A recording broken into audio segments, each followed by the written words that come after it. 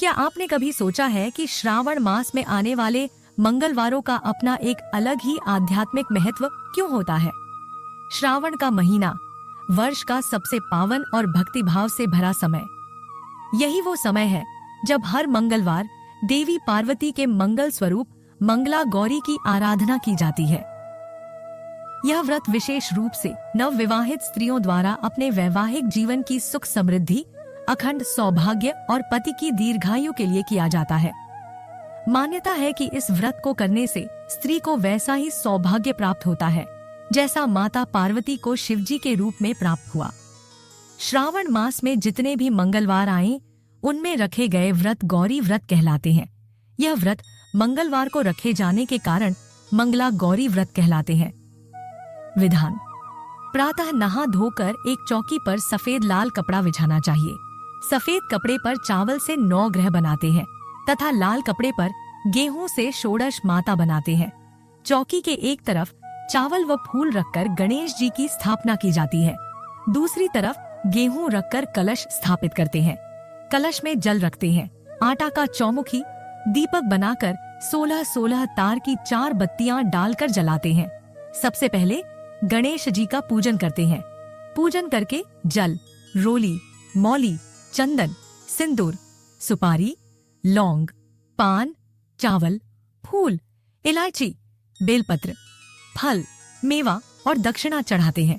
इसके बाद कलश का पूजन गणेश पूजन की तरह किया जाता है। फिर 9 ग्रह तथा षोडश माता की पूजा करके सारा चढ़ावा ब्राह्मण को दे देते हैं।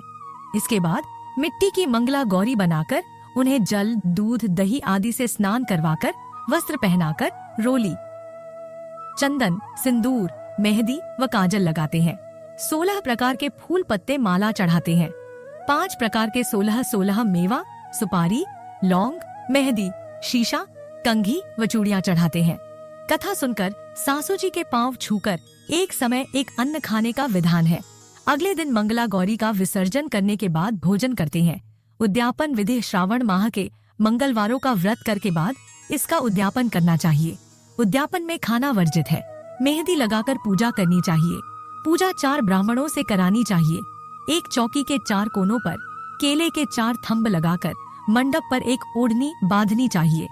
कलश पर कटोरी रखकर उसमें मंगला गौरी की स्थापना करनी चाहिए। साड़ी, नथ व सुहाग की सभी वस्तुएं रखनी चाहिए। हवन के उपरांत कथा सुनकर आरती करनी चाहिए।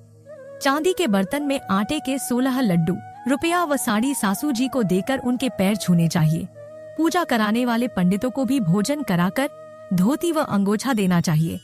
अगले दिन 16 ब्राह्मणों को जोड़े सहित भोजन कराकर धोती, अंगोछा तथा ब्राह्मणियों को सुहाग पिटारी देनी चाहिए। सुहाग पिटारी में सुहाग का सामान व साड़ी होती है। इतना सब करने के बाद स्वयं भोजन करना चाहिए। सनातन धर्म की ऐसी ही रोचक कहानियों के लिए हमारे चैनल को लाइक, शेयर और सब्सक्राइब करें।